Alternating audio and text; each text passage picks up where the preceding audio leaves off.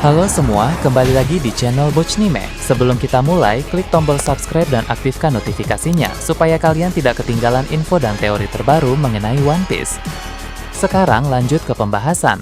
Kali ini Mimin Bochnime melanjutkan scene selanjutnya. Oh ya, sebelum biar terus bisa berinteraksi dengan kalian, subscribe di channel ini ya, dan bantu ramein video Mimin juga. Oke, yuk kita bikin One Piece makin rame lagi. Scenes kembali memperlihatkan kembali Luffy, Loki, Gaban, dan yang lain sedang berada di dunia bawah Elbaf. Sebelumnya Luffy telah bertanya untuk kedua kalinya tentang merekrut Loki menjadi kru, atau setidaknya jadilah aliansi bajak laut topi jerami. Entah mengapa Luffy bersikeras untuk terus merekrut Loki. Dari yang Luffy rasakan adalah bahwa dia seolah telah mengenal Loki sejak lama. Kalau menurut Gaban, itu adalah perasaan yang Luffy dapatkan dari kekuatan Nika yang ada di dalam dirinya. Nah, dulu di masa lalu, Dewa Nika memang memiliki rekan seorang raksasa campuran antara ras Elbaf dan ras Oni. Nah, sepertinya Loki adalah reinkarnasi dari raksasa tersebut, sehingga Luffy yang juga merupakan reinkarnasi Dewa Matahari Nika seolah memiliki suatu ikatan dengan Loki. Namun karena Loki adalah orang yang genit, meski memang sebenarnya dia sangat ingin menjadi rekan Luffy, tapi dia tetap tidak menjawab ajakan itu. Dia malah berkata, "Luffy, lebih baik fokus saja dulu pada latihannya." Nah, kalau urusan rekrut-merekrut, itu urusan nanti. Kita lihat dulu saja dalam pertempuran di dunia atas nanti, apakah Luffy layak atau tidak menjadi rekan Loki. Gaban membenarkan perkataan Loki. Lebih baik Luffy fokus dulu saja pada latihannya, karena kekuatan energi matahari Luffy saat ini masih jauh dari kata cukup untuk menghadapi kekuatan sihir Im Sama. Copper yang ada di sana berkata, kalau saja di Pulau Egghead kemarin mereka membawa Mother Flame ciptaan Vegapunk, maka sekarang situasinya pasti akan lebih mudah, karena Luffy tinggal menggunakan Mother Flame itu untuk melawan para musuh di atas sana. Namun Gaban menanggapi bahwa meski mereka kemarin membawa Mother Flame itu tetap tidak akan cukup. Mother Flame hanya setara dengan 10%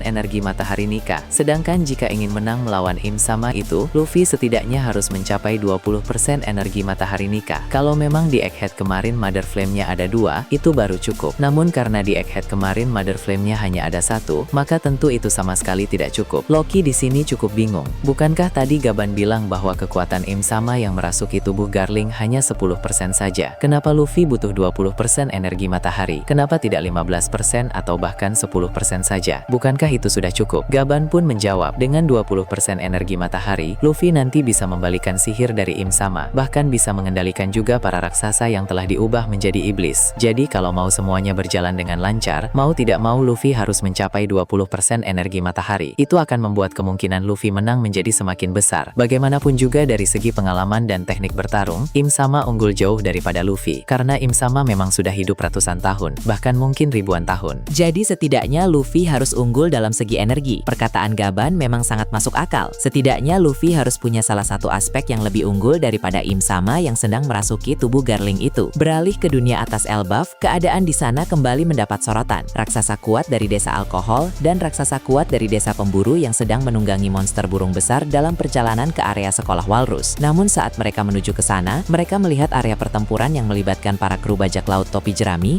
dan para prajurit raksasa melawan kesatria suci dan para raksasa iblis. Ya, keduanya pun memutuskan untuk turun di tempat itu dan bertarung di sana. Prajurit raksasa menyaksikan kedatangan mereka tanpa gembira, termasuk Jarul, karena para prajurit tersebut tahu bahwa dua raksasa ini terbilang sangat kuat. Jadi kehadiran mereka akan membantu pertempuran di tempat itu. Lalu aksi dari beberapa raksasa kuat lain yang sedang bersama Scooper di area sekolah walrus pun akan mendapat sorotan. Mereka adalah raksasa wanita dari desa pengrajin, prajurit tangguh dari desa nelayan, dan juga seorang tetua Elbaf. Tiga raksasa ini mampu mengalahkan para monster mimpi buruk dengan cukup mudah. Sang tetua pun berkata, dia akan pergi ke tempat Jarul untuk membantu di sana, karena situasi di area itu tampak lebih kacau. Sementara itu, Goldberg dan Royd sudah hampir selesai dalam tugas mereka masing-masing dalam membantu desa-desa yang diserang oleh monster mimpi buruk. Jika tugas mereka telah selesai nanti, maka mereka akan segera pergi entah ke tempat Jarul atau ke area sekolah walrus. Lalu Zoro dan Sanji di area tempat Jarul berada pun akan diperlihatkan. Setelah beristirahat singkat usai mengalahkan Dory dan Brogy dalam mode iblis, kini keduanya sudah bisa bertarung lagi. Mereka segera bangkit dan siap untuk beraksi kembali. Berpindah ke tempat lain yang jauh dari sana, Mary Joyce kembali mendapat sorotan. Di tempat itu, pertempuran sengit masih terus terjadi. Di salah satu area, Dragon dengan Kenbun Shoku Haki miliknya menyadari bahwa Jupiter sedang berada di dalam tanah, menuju ke lokasi Garling dan Vigar Lanjusho. Sebab dia ingin menyalurkan haki kepada dua rekannya itu. Tentu akan berbahaya jika Jupiter berhasil melakukan hal tersebut. Walau haki yang bisa dia bagikan tidak banyak, tapi Garling dan Vigarland Jusho nanti akan bisa bertarung kembali. Dragon tentu tak akan membiarkan itu terjadi, sehingga dia segera menghancurkan tanah dengan teknik cakar naga yang membuat Jupiter terpaksa keluar dari dalam tanah. Jupiter pun menyerap udara di sekitar dengan sangat cepat, lalu mengeluarkannya kembali menjadi rentetan serangan bilah angin yang sangat tajam. Dragon juga punya jurus untuk menciptakan bilah angin tajam, sehingga dia langsung memakai jurus tersebut. Jadi bilah-bilah angin tajam Dragon dan Jupiter saling beradu di udara. Tak lama berselang, Jupiter memakai teknik lain. Dia menciptakan banyak sandworm dari tangannya. Lalu sekumpulan sandworm itu menyerang Dragon secara bertubi-tubi. Tak tinggal diam, sang pemimpin pasukan revolusi tersebut menciptakan pedang angin level pertama atau tingkatan yang paling rendah. Mengapa dia tidak menciptakan pedang angin level ketiga sebagai tingkatan tertinggi seperti saat melawan Shamrock sebelumnya? Karena pedang angin level 3 akan terlalu menguras tenaga. Dragon baru saja memulihkan sedikit tenaga dan langsung bertarung lagi, sehingga kini Dragon harus memakai teknik-teknik yang tidak memakan energi terlalu besar untuk sementara waktu. Pedang angin level pertama itu dirasa sudah cukup, sehingga Dragon langsung menebas para sandworm dari Jupiter. Di area lain ada kelanjutan duel antara pemimpin kelompok pemberontak terkuat kedua di dunia melawan kesatria suci dari keluarga Markus. Mereka sama-sama memiliki kemampuan hebat, sebab pemimpin kelompok pemberontak ini dikenal sebagai sosok petarung tangguh. Di sisi lain, kesatria suci dari keluarga Markus juga termasuk dalam jajaran top fighter kesatria suci. Jadi dia juga punya banyak pengalaman sebagai salah satu kesatria suci yang terbilang senior di sana. Di area yang berbeda, kesatria pedang dewa masih bertarung melawan 3 orang dari pihak pasukan revolusi. Sebagaimana Mimin bahas pada video sebelumnya, dia menghadapi Tergil Theo, anggota ras Bekenir, dan juga Koshiro. Walau dia hanya sendiri, tapi dia bisa mendominasi pertarungan tersebut karena kekuatan yang dia miliki memang besar. Saat ini dia telah berhasil mengalahkan Tergil Theo, sehingga tersisa anggota Bukaner dan Koshiro yang harus dia hadapi. Dua orang itu juga tampak sangat terdesak dalam pertarungan ini, sehingga mereka berpotensi kalah jika tidak mundur atau mendapat bantuan dari orang lain. Di area yang lain lagi, pemimpin komunitas Lunaria dan pemimpin komunitas Bukaner sedang bertarung melawan musuh yang berbeda. Sebelumnya mereka menghadapi Gorosei Jupiter bersama rekan-rekan yang lain, tapi karena sang Gorosei pergi dari area pertempuran menuju ke lokasi Garling dan Vigarland Jusho, maka pemimpin Lunaria dan pemimpin Bukaner ini sekarang menghadapi musuh-musuh yang lain. Pemimpin Lunaria berduel dengan kesatria suci dari keluarga Ethan Baron. Orang ini termasuk dalam jajaran fighter kesatria suci. Sama halnya dengan kesatria suci dari keluarga Markus tadi, tapi usianya masih lebih muda. Secara pengalaman, dia tidak sebanyak kesatria suci dari keluarga Markus, tapi secara fisik dia tentu lebih unggul. Kemudian pemimpin Bukaner sedang bertarung melawan beberapa agen CP0 yang sudah kita kenal, yaitu Rob Lucci, Kaku, Jabra, dan juga Bluno. Pertarungan ini akan menarik karena 4 agen CP0 itu memiliki kemampuan yang beragam. Masing-masing dari mereka pun sudah lebih kuat dibanding saat masih di CP9 dulu. Berpindah ke pulau pertempuran antara pihak Cross Guild melawan Angkatan Laut masih terus berlanjut. Sebagaimana Mimin bahas pada video sebelumnya, ada seorang marinir di sana yang baru saja menerima perintah dari Akainu melalui Denden Mushi. Sang Fleet Admiral itu menjelaskan bahwa situasi sekarang ini sedang kacau karena ada begitu banyak markas cabang Angkatan Laut di berbagai wilayah yang diserang oleh para bajak laut. Jadi, daripada terus bertempur melawan Cross Guild, pihak Angkatan Laut yang berada di Pulau Hachinosu itu lebih baik pergi dari sana dan membantu markas-markas cabang sebelum keadaan menjadi semakin parah. Marinir ini pun harus menyampaikan itu kepada Fujitora dan Ryokugyu yang saat ini masih bertarung melawan banyak orang. Dia lalu memutuskan bahwa dia tidak perlu pergi ke tempat dua admiral itu secara bergantian karena hal tersebut terlalu sulit mengingat pertempuran yang sedang terjadi saat ini terlalu kacau. Dia hanya perlu pergi ke salah satu admiral saja untuk memberitahu pesan dari Akainu itu. Setelah dia memberitahukan hal tersebut kepada salah satu admiral, maka admiral itu yang akan meneruskannya kepada admiral satunya lagi. Marinir ini pun berencana pergi ke tempat Fujitora karena dia merasa lebih mudah memasuki area pertarungan Fujitora dibanding Ryokugyu. Fujitora saat ini sudah terpental dari area pertarungannya melawan Mihawk sebelumnya karena Mihawk mencanangkan serangan kepadanya dengan daya dorong yang sangat kuat. Kini Fujitora sedang berada di area yang berbeda yang dipenuhi oleh para kru Cross Guild. Fujitora pun sedang melawan para kru itu agar mempermudah situasi para marinir yang sedang kesulitan di sana. Walau Fujitora saat ini sedang bertarung melawan banyak orang, tapi orang-orang itu tidak terlalu berbahaya sehingga lebih mudah untuk didekati oleh si marinir pembawa pesan dari Akainu itu. Sedangkan jika melihat area pertarungan Ryokugyu, orang-orang yang sedang dihadapi cukup berbahaya. Salah satunya adalah Crocodile. Tentu akan berbahaya bagi marinir yang levelnya di bawah admiral untuk pergi ke area tersebut. Jadi setelah nanti dia menyampaikan pesan dari Akainu kepada Fujitora, biar Fujitora saja yang akan meneruskan pesan itu kepada Ryokugyu karena tentu Fujitora lah yang lebih mampu melakukan itu. Rencana pun mulai dijalankan dijalankan. Marinir ini memanggil beberapa Vice Admiral untuk melindunginya mendekati Fujitora. Sebenarnya ada cara lebih mudah untuk menyampaikan pesan itu kepada seluruh marinir yang ada di sana, yaitu dengan menggunakan Denden Mushi pengeras suara. Namun rupanya Denden Mushi pengeras suara milik Angkatan Laut di tempat itu sudah dirusak oleh para anak buah Bagi, sehingga alat itu pun tidak bisa digunakan lagi. Setelah itu, cerita memperlihatkan Pulau Hachinosu lagi. Di sana, Dokyu memberi ramuan anehnya kepada 3 orang. Ramuan itu akan membuat energi mereka meningkat drastis dan mengalami peningkatan kekuatan fisik, tapi hanya dalam jangka waktu tertentu dan akan ada efek samping. 3 orang yang diberi ramuan itu adalah aliansi kuat Kurohige dari North Blue yang sebelumnya dikalahkan oleh Ben Beckman, kemudian mantan Shichibukai yang menjadi aliansi Kurohige yang sebelumnya dikalahkan oleh Yasop, dan juga pemimpin unit pengguna kekuatan buah iblis yang telah dikalahkan oleh kolaborasi antara Bogart dan Lakiru. Mereka pun siap untuk beraksi kembali dengan habis-habisan, walau hanya dalam jangka waktu tertentu, sesuai khasiat dari ramuan Dokyu. Kemudian diperlihatkan Lakiru dan Hongo yang telah mengalahkan Serapim Mihawk dan Serapim Jinbe di bangunan tengkorak. Mereka berdua tentu lelah usai pertarungan itu, tapi keduanya tetap langsung keluar untuk bertarung melawan musuh-musuh lain di tengah keadaan yang kacau tersebut. Sementara itu, di area lain, Barbel sebagai salah satu aliansi terkuat Kurohige bersama dengan wakil kaptennya telah mengalahkan semakin banyak musuh yang menghalangi mereka. Kemudian mereka pun berpencar. Wakil kaptennya pergi bersama dengan beberapa kru yang kuat, lalu Barbel sendiri pergi ke arah yang berbeda. Dia merasa belum memerlukan bantuan dari para krunya saat ini, jadi tak masalah untuk mengamuk sendirian. Di area yang berbeda ada Shanks dan Kurohige yang masih terus bertarung. Masing-masing dari mereka menyadari bahwa perang di Pulau Hachinosu ini sudah memasuki babak akhir. Kurohige pun berkata, perang tersebut akan membawa perubahan besar pada dunia. Shanks juga setuju. Apapun hasilnya nanti, perang ini memang akan berdampak besar. Nah, bagaimana menurut kalian terkait ini? Nah, itu tadi berbagai hal menarik pada pembahasan channel Bochnime kali ini.